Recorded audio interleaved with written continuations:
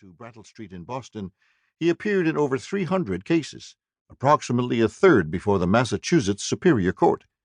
He had also become associated by then with escalating protests against British authority, beginning with his public condemnation of the Stamp Act. Just a month prior to Panton's death, he had launched a newspaper column critical of British policies, including recent prosecutions in Boston for smuggling.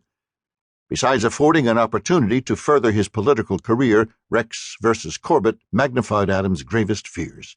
Taxation without representation, greedy customs commissioners, trials bereft of juries, armed soldiers on Boston streets, and now, by all accounts, a shocking attempt to deprive free men of their liberty, inescapable evidence, in Adams' view, of a conspiracy in the highest echelons of the British government to snuff out American rights.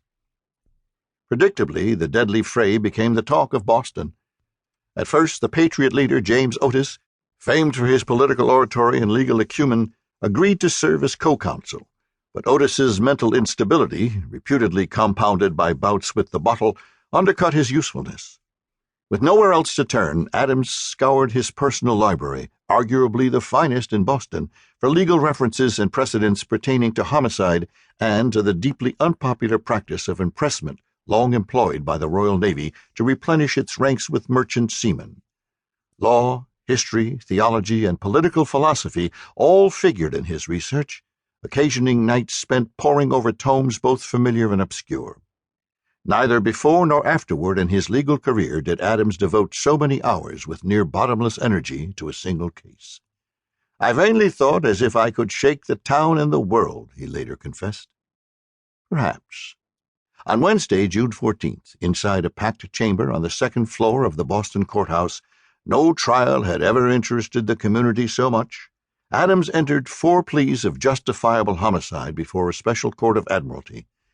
Due to the denial of his motion for a jury trial, a panel of 15 high-ranking Crown officials heard the case the following morning, including the governors of Massachusetts and New Hampshire and the Chief Justice of Massachusetts, Thomas Hutchinson, fated to become the most hated man in America during his impending tenure as the colony's royal governor. For the better part of 3 days, a stream of witnesses paraded before the court to recount the morning of Panton's death, among them 7 crew members of the Rose. Although by law criminal defendants were forbidden to testify, the crew's unvarying testimony to a man, combined with that of the master and 2 seamen from the pit, buttressed the defense's case. By any reckoning, the overriding purpose of the boarding party had been to impress able seamen, preferably any who hailed from England, Ireland, or Scotland. The prosecution's contention to the contrary, inspecting the brig for contraband, had been an afterthought, and the lieutenant's death the tragic consequences of a standoff in which the accused again and again affirmed their determination not to be pressed. The court also learned that the first pistol fired below decks had been unloaded, save for black powder. The Marine, by hoping to cow Corbett into surrendering, had committed a fatal error. "Fire if you dare. I will not go back. I will kill the first of you." On Saturday morning, steeped in law and legal precedent, Adams stood before the hushed gathering to deliver his argument. To judge from his notes, he fully intended to claim self-defense. Shot point-blank in the face, Corbett had been forced to defend his person. What's more, Panton had committed an illegal act in boarding the pit for the purpose of pressing crew members.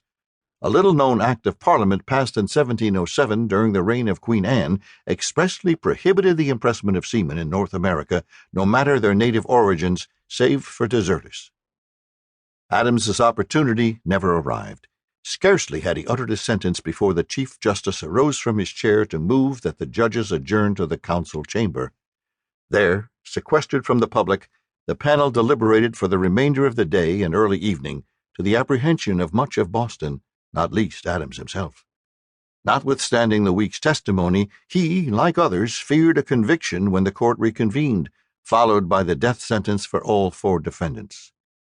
Never was a more gloomy assembly of countenances painted with terror and horror than appeared in the audience next morning, he recalled.